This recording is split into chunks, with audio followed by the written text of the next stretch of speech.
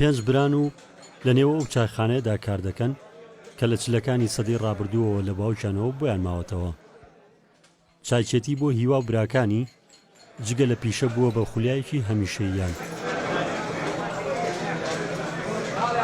ئەمان سەرپەرشتیارانی چایخانی شەعبن لە سلێمانی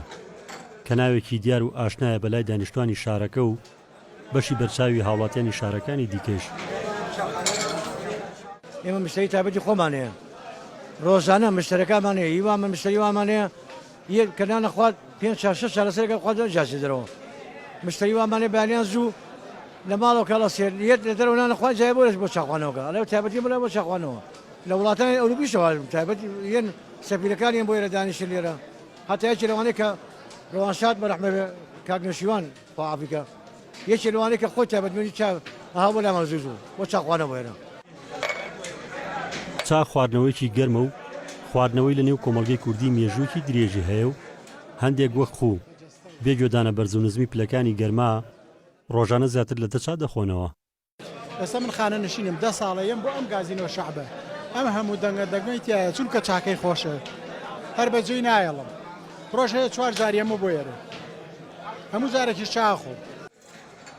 کە بڵاو بۆتەوە سەرەتا کە چینیەکان نردیان بۆ ئەوروپا دوایی تر بە هەموو گیان نابڵاو بۆ وڵاتی ئێمەشی گرتوێتەوە ئەو چایە ئێستا بۆتە پێکی ڕۆژانە ئەتیادی خەڵک ئۆگری چا بووە.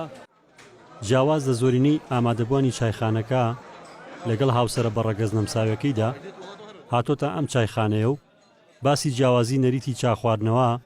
لە وڵاتانی ڕۆژاوا و هەرێمی کوردستانم بۆ دەکات. من لە وڵاتی نەمسا ئەژیم چاخواردن لەوێش بە هەمان شێوە وەکو ئێرێ بەڵام ئەوان چای ڕەش زۆر ناخۆنەوە وەکو خۆمان با بڵێن قاوە زۆرە خوڕێتەوە لەوێ چای میوە زۆرە خوڕێتەوە چای ڕووەکی چای ڕەش وەکو هاوڕێکانیش مەزانن بۆ من مەجلیسە ئەو کۆبوونەوەی کە تۆی لێی ئیتر هەتا کۆبوونەوەکە خۆش بێ و چاکەش خۆش بێت ئیتر کام موچێژێکی تایبەتی شەیا بە چاکە. وەک یەکێک لە خواردنەوە سەرەکیەکانی مرۆڤ لەسەر تاسەری گۆی زەوی پێشتر 15 دیسەمبەر وەک ڕۆژی گیانی چا دیاری کرابوو بەڵام ڕێکخراوی نەتەوە یەکگرتوەکان